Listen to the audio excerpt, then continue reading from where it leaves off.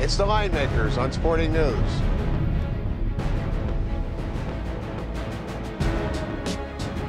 Saturday NBA playoffs. We've got the Indiana Pacers with the 2-0 lead going to Atlanta for Game 3. Welcome to the Linemakers on Sporting News. I'm Micah Roberts with Rick Karen. Rick, we got another spot here where you've got a team down 0-2 coming home now.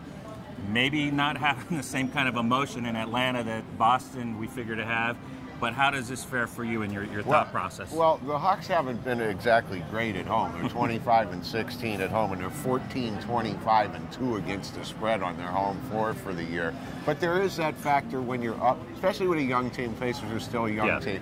When you're up 2-0 in a series, psychologically, maybe it's just really hard to keep that same edge and going into Game 3. And the other team's down 2-0. They know it's do or die. They come home. They play with a lot of emotion. But you know, the home team has won all 6 games, all 6 meetings between these two teams this year.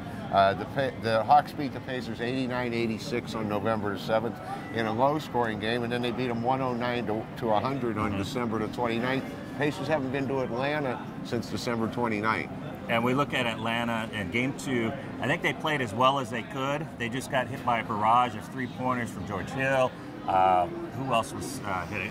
DJ Augustine was hitting a couple. Gerald Green. And Paul George is tremendous. Yeah, he actually did some scoring, unlike Game 1 where he just dished it out and was a team player. But they were hitting on all cylinders, the Pacers were. And the Hawks went in there. They shot almost 50% in the game, played about as well as they could, got the contributions from their star players, even though they would have liked Kyle Korver to do better than 3 of 9 from three-point range. At home, he might hit 5 of 9 of those, which kind of makes it different. And I do think there's a little bit of an edge here. And I think if you're going to side with anything in the spot, I think on the side you have to lean towards Atlanta. Well, Atlanta's gone from 2 to 2.5.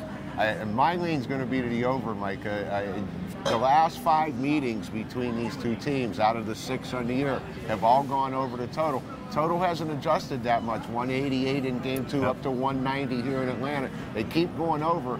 So I'll agree with you slightly into the Hawks, and my lean's going to be to the over. And the over for both teams coming in, and you don't see totals regularly up to 190 with Pacers and Hawks involved. But now you've got a situation where both teams come into this game now having gone over 6 of their 7 games coming in. So they've changed up their philosophy a little bit, changed up their offense, and the Hawks look like they're a little more lax on defense.